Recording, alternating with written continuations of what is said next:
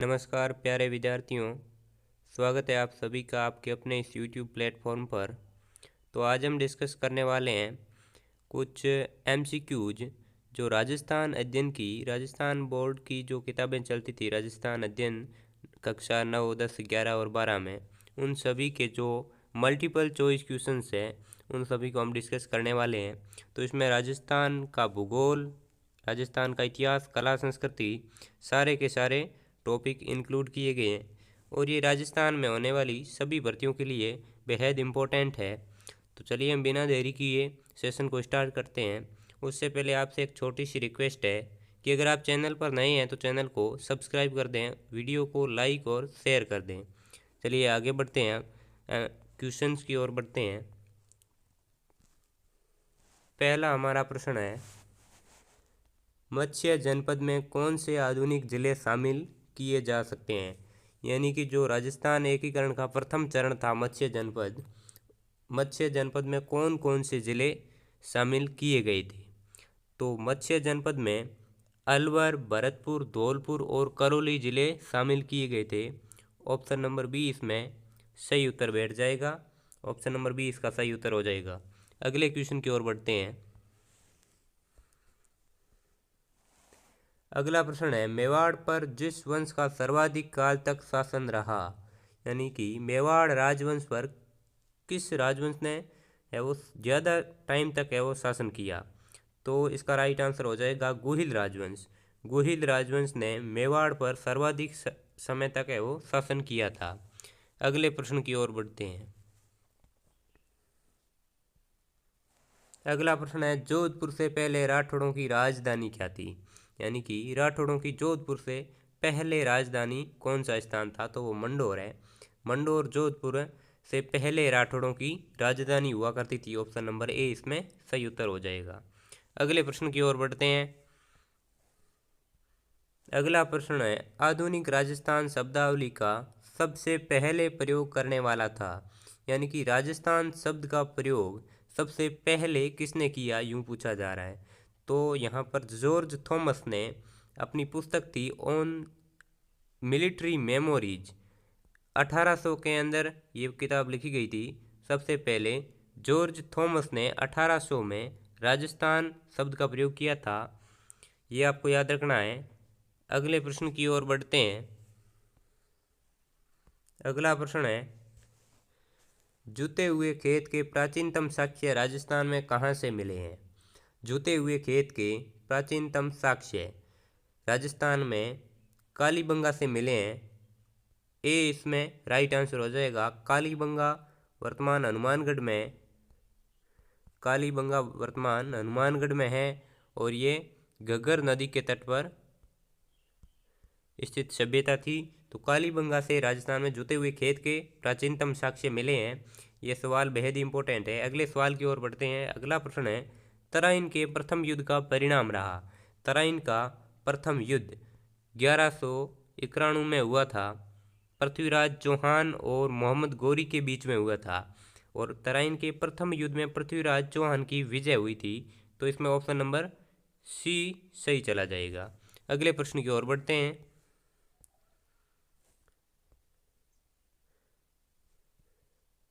अगला प्रश्न है, कीर्ति स्तंभ का, जिसे विजय स्तंभ के नाम से अधिक जाना जाता है, निर्माता कौन था? यानी कि कीर्ति स्तंभ या विजय स्तंभ के जो निर्माण करता है वो कौन थे?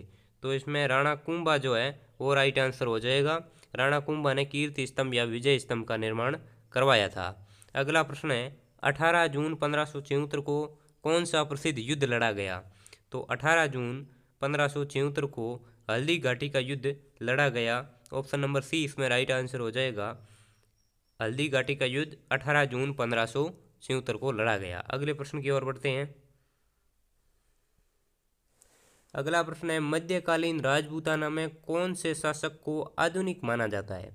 मध्यकालीन राजपूताना में किस शासक को आधुनिक माना जाता है, मॉडर्न माना जाता है, आधुनिक माना जाता है? तो वो है सवाई जय सिंह।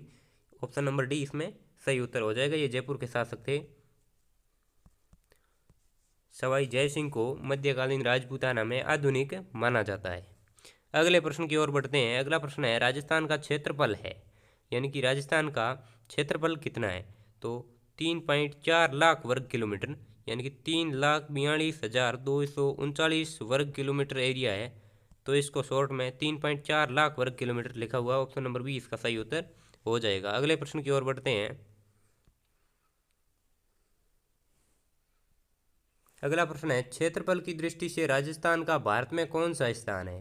क्षेत्रफल की दृष्टि से, एरिया की दृष्टि से राजस्थान का भारत में कौन सा स्थान है। तो प्रथम स्थान है। ऑप्शन नंबर ए इसका सही उत्तर हो जाएगा। अगला प्रश्न है राजस्थान में कुल कितने संभाग हैं। कुल कितने संभाग हैं। तो राजस्थान में कुल 7 संभाग है। ऑप्शन नंबर सी इसमें सही उत्तर हो जाएगा। अगला प्रश्न है क्षेत्रफल की दृष्टि से राजस्थान का सबसे बड़ा जिला कौन सा है। क्षेत्रफल की दृष्टि से राजस्थान का सबसे बड़ा जिला जैसलमेर है, और अगर सबसे छोटा जिला पूछ लिया जाए तो वो हो जाएगा धौलपुर। सबसे छोटा जिला धौलपुर, सबसे बड़ा जिला जैसलमेर।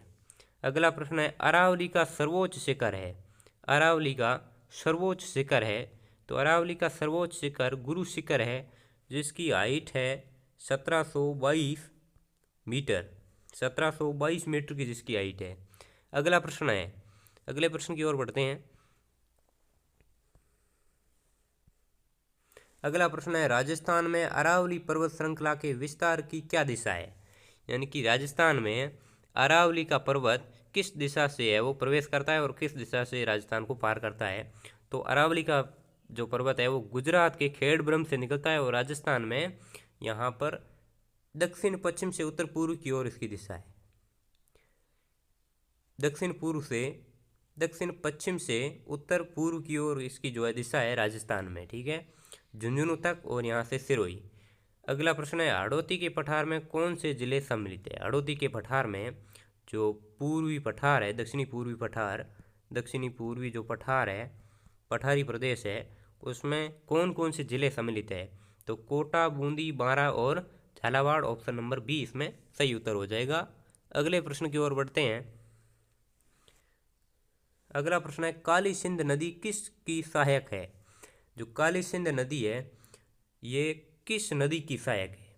किस नदी की सहायक है। तो काली सिंध यहाँ पर चंबल नदी की सहायक है, और काली सिंध चंबल नदी में नौनेरा कोटा, नौनेरा स्थान, नौनेरा कोटा में काली सिंध नदी है वो चंबल में मिल जाती है। और काली सिंध नदी का उद्गम होता है देवास मध्य प्रदेश से। देवास मध्य प्रदेश से काली सिंध नदी का उद्गम होता है, और ये चंबल नदी में मिलती है कहाँ पर, कोटा के नौनेरा स्थान पर। अगले प्रश्न की ओर बढ़ते हैं। अगला प्रश्न है निम्न में से कौन सी खारे पानी की झील नहीं है। तो सांबर झील जयपुर में स्थित है, जयपुर में स्थित है, ये भी खारे पानी की झील है। डीडवाना झील, डीडवाना कुचामन, डीडवाना कुचामन ये भी खारे पानी की झील है। लूणकरणसर बीकानेर में है, ये भी खारे पानी की झील है। जबकि पिछोला झील मीठे पानी की झील है, ये मीठे पानी की झील है, और ये उदयपुर में स्थित है, ये उदयपुर में स्थित है, ठीक है। तो यहाँ पर ऑप्शन नंबर बी सही उत्तर हो जाएगा। यानी पिछोला झील मीठे पानी की झील है, जबकि ये सारी की सारी खारे पानी की झील है। अगले प्रश्न की ओर बढ़ते हैं। अगला प्रश्न है राजस्थान का सर्वाधिक वर्षा वाला जिला कौन सा है। वैसे तो राजस्थान का सर्वाधिक वर्षा वाला जिला झालावाड़ है, झालावाड़ है, लेकिन इन ऑप्शन में से पूछा है तो बांसवाड़ा यहाँ पर सही उत्तर हो जाएगा। अगले प्रश्न की ओर बढ़ते हैं। अगला प्रश्न है हरिकेली नाटक के रचयिता कौन थे। हरिकेली नाटक के रचयिता कौन थे। तो हरिकेली नाटक विग्रहराज चतुर्थ द्वारा लिखा गया है। ये चौहान शासक थे विग्रहराज चतुर्थ, इनके द्वारा हरिकेली नाटक की रचना की गई। अगला प्रश्न है गागरोन दुर्ग किस कोटि में आता है। यानी गागरोन दुर्ग दुर्गों की किस कोटि में आता है, किस प्रकार का दुर्ग है, ऐसे पूछ रहा है। तो यहाँ पर ये जल दुर्ग है। गागरोन दुर्ग झालावाड़ में स्थित है, गागरोन दुर्ग झालावाड़ में स्थित है, और झालावाड़ में आहू और काली सिंध नदियाँ हैं। आहू व काली सिंध नदी है, उनके तट पर स्थित है, और नदियों के तट पर स्थित है, इसलिए इसको जल दुर्ग की श्रेणी में रखा गया है। जबकि वन दुर्ग जो चारों ओर से वनों से घिरे होते हैं, और मरुस्थल वाले दुर्ग है या फिर दानवन दुर्ग जिनके चारों तरफ मरुस्थल वगैरह होते हैं, और गिरि दुर्ग पर्वतों के ऊपर होते हैं। और जबकि जल दुर्ग है वो गागरोण दुर्ग जल दुर्ग है, क्योंकि ये नदियों के तट पर स्थित है। अगला प्रश्न है, वह स्थान जहाँ पटवों की हवेलियाँ हैं, यानी कि पटवों की हवेलियाँ कहाँ स्थित है, तो पटवों की हवेलियाँ जैसलमेर में स्थित है, ये आपको याद रखना है। अगले प्रश्न की ओर बढ़ते हैं। अगला प्रश्न है, बणी ठनी का चित्र किस चित्र शैली में चित्रित हुआ। बणी ठनी का चित्र किशनगढ़ चित्र शैली में चित्रित हुआ था। ऑप्शन नंबर ए इसमें सही उत्तर हो जाएगा। अगला प्रश्न है, देलवाड़ा के आदिनाथ मंदिर का निर्माता था। देलवाड़ा के आदिनाथ मंदिर का निर्माता था, तो यहाँ पर विमल शाह सही उत्तर हो जाएगा, ऑप्शन नंबर ए। अगले प्रश्न की ओर बढ़ते हैं। अगला प्रश्न है, क्षेत्रफल की दृष्टि से भारत का सबसे बड़ा राज्य है। क्षेत्रफल की दृष्टि से भारत का सबसे बड़ा राज्य राजस्थान है। पहले मध्य प्रदेश था, लेकिन उसके बाद में छत्तीसगढ़ अलग हो जाने के बाद में राजस्थान सबसे बड़ा राज्य बन गया भारत का, तो इसमें ऑप्शन नंबर सी राइट हो जाएगा। अगला प्रश्न है, भारत के कुल रेल मार्गों का प्रतिशत भाग राजस्थान में है। तो यानी कि कुल 100% जो रेल मार्ग है उनमें से 11% भाग अकेला राजस्थान है वो रखता है, तो इसमें ए ऑप्शन राइट हो जाएगा। अगला प्रश्न है, अगला जो प्रश्न है, राजस्थान में सुरक्षात्मक दृष्टि से महत्वपूर्ण राष्ट्रीय राजमार्ग है। सुरक्षात्मक दृष्टि से सबसे महत्वपूर्ण जो राष्ट्रीय राजमार्ग है NH है, वो NH11 है। NH11 है वो सुरक्षात्मक दृष्टि से सबसे महत्वपूर्ण राष्ट्रीय राजमार्ग है। अगला प्रश्न है, राजस्थान में अंतर्राष्ट्रीय हवाई अड्डा है। अंतर्राष्ट्रीय जो हवाई अड्डा है वो कौन सा है, तो सांगानेर जयपुर का जो हवाई अड्डा है वो राजस्थान में अंतर्राष्ट्रीय हवाई अड्डा है। अगला प्रश्न की ओर बढ़ते हैं। अगला प्रश्न है, भारत की सबसे बड़ी बहुउद्देशीय नदी घाटी परियोजना। भारत की सबसे बड़ी जो बिगेस्ट बहुउद्देशीय परियोजना पूछ रहा है, तो भाखड़ा नांगल परियोजना ये यहाँ पर भारत की सबसे बड़ी परियोजना है, बहुउद्देशीय परियोजना है, और ये सतलज नदी पर बनी है। ठीक है, सतलज नदी पर बनी है। पंजाब, हरियाणा और राजस्थान, पंजाब, हरियाणा और राजस्थान की संयुक्त परियोजना है, और भारत की सबसे बड़ी बहुउद्देशीय नदी घाटी परियोजना है, option number D Bhakra Nangal परियोजना। उसके बाद में अगला प्रश्न है, देश में बाजरे के उत्पादन में राजस्थान का स्थान है। बाजरा उत्पादन में राजस्थान का कौन सा स्थान है, यूँ पूछा जा रहा है, तो बाजरा उत्पादन में राजस्थान का पूरे भारत में पहला स्थान है, ऑप्शन नंबर ए इसमें सही उत्तर हो जाएगा। अगले प्रश्न की ओर बढ़ते हैं। राजस्थान में 20 सूत्री कार्यक्रम का शुभारंभ किया गया। राजस्थान में 20 सूत्री कार्यक्रम का शुभारंभ कब किया गया, तो सन 1975 में राजस्थान में 20 सूत्री कार्यक्रम का शुभारंभ किया गया, ये आपको याद रखना है। अगले प्रश्न की ओर बढ़ते हैं। अगला प्रश्न है, भारत में मनरेगा की शुरुआत किस राज्य से हुई। भारत में मनरेगा की शुरुआत कब हुई, तो आपसे पूछा जाए कि कब हुई, तो 2006 में हुई आंध्र प्रदेश राज्य से। आंध्र प्रदेश से 2006 में मनरेगा की शुरुआत हुई थी, ये आपको याद रखना है। अगले प्रश्न की ओर बढ़ते हैं। अगला प्रश्न है, राजस्थान में एकीकरण से पूर्व रियासतें थी। राजस्थान में जो एकीकरण हुआ था आज़ादी के बाद, उससे पूर्व कितनी रियासतें थी, तो यहाँ पर 19 रियासतें थी, वहीं 3 ठिकाने थे। 3 ठिकाने थे, ये भी आपको साथ ही साथ में याद रखना है। और रियासतों की बात करें तो ये 19 थी। अगला प्रश्न है, राजस्थान दिवस प्रतिवर्ष कब मनाया जाता है, तो राजस्थान दिवस प्रतिवर्ष 30 मार्च को मनाया जाता है, ये आपको ध्यान में रखना है। 30 मार्च को राजस्थान दिवस मनाया जाता है, और राजस्थान में एकीकरण से पूर्व 19 रियासतें और 3 ठिकाने थे, ये भी आपको याद रखना है। अगले प्रश्न की ओर बढ़ते हैं। राजस्थान एकीकरण कुल कितने चरणों में पूरा हुआ, तो राजस्थान का एकीकरण कुल 7 चरणों में पूरा हुआ, ये आपको याद रखना है, 7 चरणों में पूरा हुआ। अगला प्रश्न है, वर्तमान विधानसभा की सदस्य संख्या कितनी है। राजस्थान विधानसभा में सदस्यों की संख्या कितनी है, तो 200, ऑप्शन नंबर सी इसका सही उत्तर हो जाएगा। अगला प्रश्न है, राज्यपाल की नियुक्ति कौन करता है? राज्यपाल की नियुक्ति राष्ट्रपति के द्वारा की जाती है। ऑप्शन नंबर बी इसमें राइट आंसर हो जाएगा। राष्ट्रपति के द्वारा राज्यपाल की नियुक्ति की जाती है। अगला प्रश्न है, मुख्यमंत्री की नियुक्ति कौन करता है? तो मुख्यमंत्री की नियुक्ति राज्यपाल करता है, यानी कि राज्यपाल इसमें सही उत्तर हो जाएगा। मुख्यमंत्री की नियुक्ति राज्यपाल करते हैं, ठीक है, राज्यपाल।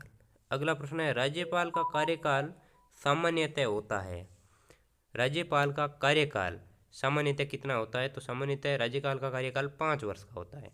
ऑप्शन नंबर डी इसमें सही उत्तर हो जाएगा। अगला प्रश्न है, राजस्थान के कुल संभाग है? तो राजस्थान में कुल 7 संभाग है। ऑप्शन नंबर बी इसमें सही उत्तर हो जाएगा। अगले प्रश्न की ओर बढ़ते हैं, मुख्यमंत्री की अधीन सबसे बड़ा अधिकारी कौन होता है? मुख्यमंत्री के अधीन सबसे बड़ा अधिकारी मुख्य सचिव, और वर्तमान में मुख्य सचिव है श्रीमान सुधांशु पंत, ये वर्तमान मुख्य सचिव है। और मुख्यमंत्री के अधीन सबसे बड़ा अधिकारी मुख्य सचिव होता है। उसके बाद में जिले का सबसे बड़ा अधिकारी कहलाता है।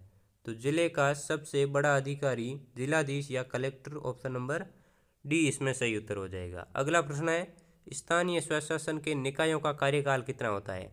स्थानीय स्वशासन के निकायों का कार्यकाल 5 वर्ष का होता है। Option number A. अगला प्रश्न है, पंचायती राज संस्थाओं का सदस्य निर्वाचित होने की न्यूनतम आयु कितनी होती है? पंचायती राज सदस्यों की न्यूनतम आयु है निर्वाचित होने के लिए 21 वर्ष की। अगले प्रश्न की ओर बढ़ते हैं। अगला प्रश्न है, राजस्थान में जल का सर्वाधिक उपयोग किस क्षेत्र में होता है? राजस्थान में जल का सर्वाधिक उपयोग कृषि के क्षेत्र में होता है। ऑप्शन नंबर ए इसमें सही उत्तर हो जाएगा। अगला प्रश्न है, पीने योग्य पानी पृथ्वी के कुल जल का कितने प्रतिशत है? कुल पृथ्वी पर कुल जल है वो पृथ्वी के कुल भूभाग के 70% भाग पर है। अब 70% में भी शुद्ध जो पीने योग्य जल है वो यहाँ पर हो जाएगा 0.07%। ऑप्शन नंबर बी, शुद्ध पीने योग्य जल 0.007% हो जाएगा कुल 70% में से। अगला प्रश्न है, संसार में सबसे अधिक ट्यूबवेल किस देश में? संसार में सबसे अधिक ट्यूबवेल भारत में है। Option number B. अगला प्रश्न देख लें। अगला प्रश्न है, जल दिवस मनाया जाता है? जल दिवस 22 मार्च को मनाया जाता है। ऑप्शन नंबर डी इसमें राइट आंसर हो जाएगा।